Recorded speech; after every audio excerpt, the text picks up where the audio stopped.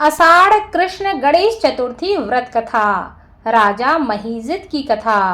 पार्वती जी ने पूछा कि हे वत्स, आषाढ़ कृष्ण चतुर्थी बहुत ही शुभदायिनी कही गई है, आप इसका विधान बतलाएं। इस मास में गणेश जी का क्या नाम है और उनकी पूजा किस प्रकार करनी चाहिए, इसके बारे में बताएं। गणेश जी ने उत्तर दिया कि हे माता, पूर्व काल में इसी प्रश्न को युधिष्ठिर ने पूछा था। भगवान कृष्ण ने जो उत्तर उन्हें दिया था, मैं वही उत्तर आपको बतलाता हूँ, सो आप ध्यान से सुनिए।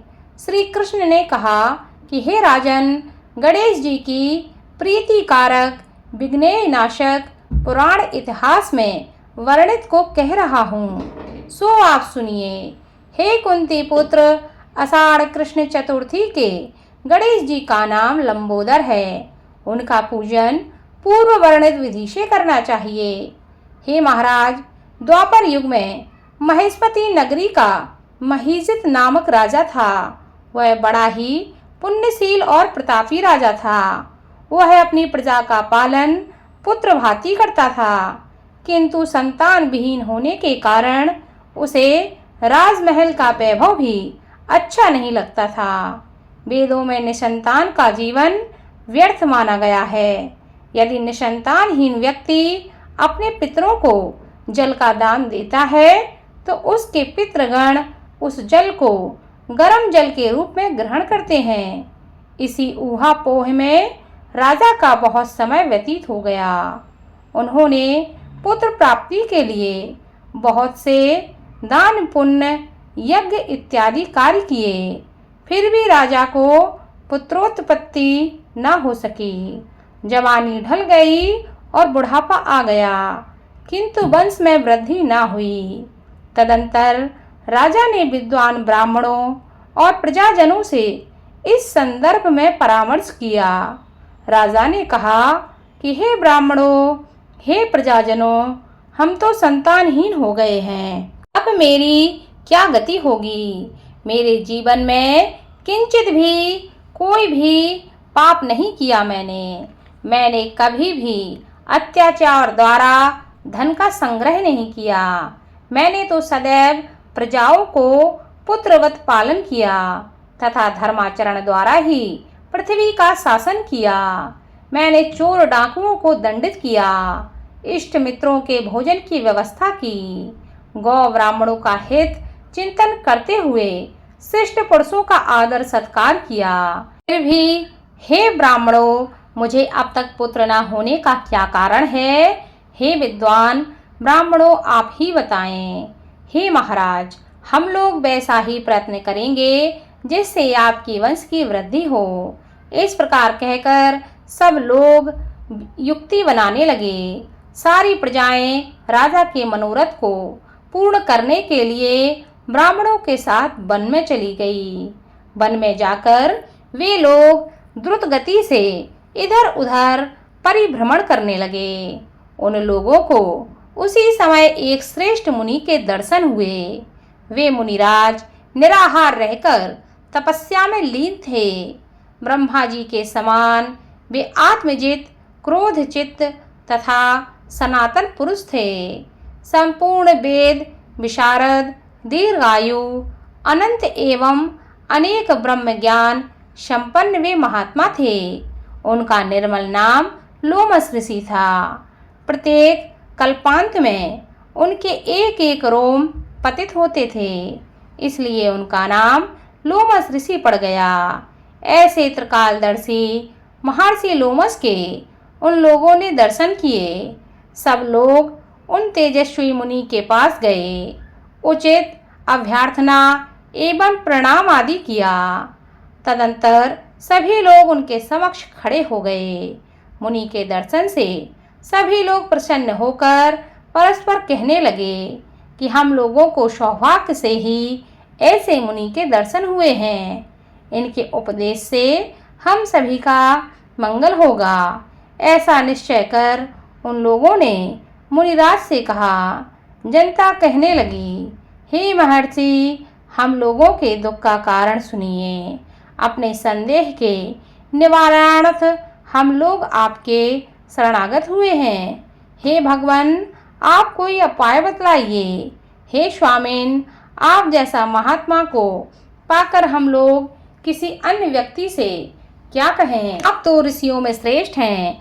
आपसे बढ़कर कोई दूसरा पुरुष हमें रास्ता नहीं दिखा सकता। महर्षि लोमस ने पूछा कि हे सज्जनों, आप लोग यहाँ किस अभिप्राय से आए हैं? मुझे इसका प्रयोजन मालूम है, या आप इसे बताना चाहें तो स्पष्ट रूप से भी आप बता सकते हैं। मैं आपके मुख से ही सुनना चाहता हूँ। मैं आपके सभी संदेहों का निवारण करूँगा। हम आपके कल्याण की भावना रखते हैं। तपस्वियों की तपस्या केवल परोपकार के लिए ही होती है। प्रजाजनों ने उत्तर दिया, हे श्रेष्ठ ध्वज श्रेष्ठ, हम लोग जिस महान कार्य की सिद्धि के लिए यहाँ आए हैं उसे सुनिए। हम महिष्मती नगरी के निवासी हैं। हमारे राजा का नाम महिजित है। वह राजा ब्राह्मणों का रक्षक, धर्मात्मा, दानवीर, सूरवीर एवं मधुरभाषी है। उस राजा ने हम लोगों का पालन पोषण किया है, परंतु ऐसे राजा को आज तक संतान की प्राप्ति नहीं हुई। हे भगवान, माता पिता तो केवल जन्मदाता ही होते हैं, किंतु राजा ही वास्तव में पोषक एवं संवर्धक होती है। उसी राजा के निमित्त हम लोग ऐसे गहन वन में आए हुए हैं। हे महर्षि, आप कोई ऐसी युक्ति बताएं जिससे राजा को संतान की प्राप्ति हो सके, क्योंकि ऐसे गुणवान राजा को कोई पुत्र ना हो, यह बड़े ही दुर्भाग्य की बात है।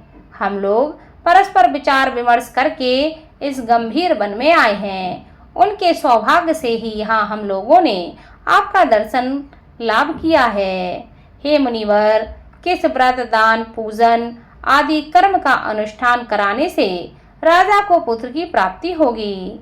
कृपया करके आप हम सब लोगों को यह बताएं। प्रजाजनों की बात को सुनकर महर्षि ध्यान मग्न होकर राजा के उपकार के लिए कहने लगे।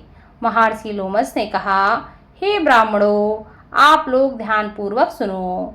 मैं संकट नाशन व्रत को बतला रहा हूँ। यह व्रत निसंतान को संतानदायक एवं निर्धनों को धनदाता है। आषाढ़ कृष्ण चतुर्थी को एक दंत गजानन नामक भगवान गणेश की पूजा की जाती है। पूर्वोक्त विधि से राजा व्रत करके श्रद्धा युक्त ब्राह्मण भोजन करावे, ब्राह्मणों को वस्त्रों का दान देवे। गणेश जी की कृपा से उन्हें अवश्य ही पुत्र की प्राप्ति होगी। महर्षि लोमस की यह बात सुनकर सभी लोग करवत होकर उठ खड़े हुए। नतमस्तक होकर दंडवत प्रणाम करके सभी लोग नगर में लौट गए। वन में घटित समस्त घटना प्रजाजनों ने राजा को बताई। प्रजाजनों की बात को सुनकर सम्मानकारी विमल बुद्धिधारी राजा बहुत ही प्रसन्न हुए और उन्होंने श्रद्धा भक्ति से विधिवत गणेश चतुर्थी का व्रत करके ब्राह्मणों को भोजन, वस्त्र इत्यादि का दान किया। रानी सुदक्षिणा के गर्भदान संस्कार के अनंतर श्री गणेश जी की कृपा से राजा को सुंदर और सुलक्षण पुत्र की प्राप्ति हुई। राजा ने संपूर्ण नगरवासियों को संतुष्ट करके पुत्रोत्सव मनाया। राजा महिजित ने ब्राह्मणों को धन देकर तृप्त किया। श्री कृष्ण जी कहते हैं कि हे राजन, इस व्रत का ऐसा ही प्रभाव है, जो व्यक्ति इस व्रत को श्रद्धा भाव से करता है वे समस्त सांसारिक सुख के अधिकारी हो जाते हैं। श्री कृष्ण जी ने कहा कि हे महाराज, आप भी इस व्रत को विधि पूर्वक कीजिए। श्री कृष्ण जी की कृपा से आपकी सभी मनोकामनाएं पूर्ण होगी। आपके संपूर्ण शत्रुओं का विनाश होगा और आप अचल राज्य के अधिकारी बनेंगे। हे भूप शिरोमणि युधिष्ठिर, जो पुरुष इस व्रत को करते हैं वे चाहे एकांत सेवी ऋषि हो अथवा विद्वान हो, उन्हें निर्विघ्न रूप से पुत्र पुत्रादि की प्राप्ति होती है। जो मनुष्य गणेश जी के चरित्र को सुनता है और दूसरों को सुनाता है, उन्हें सब कार्यों में सिद्धि प्राप्ति होती है, व्रत पूर्ण होते हैं। बोलो भगवान गणेश की जय।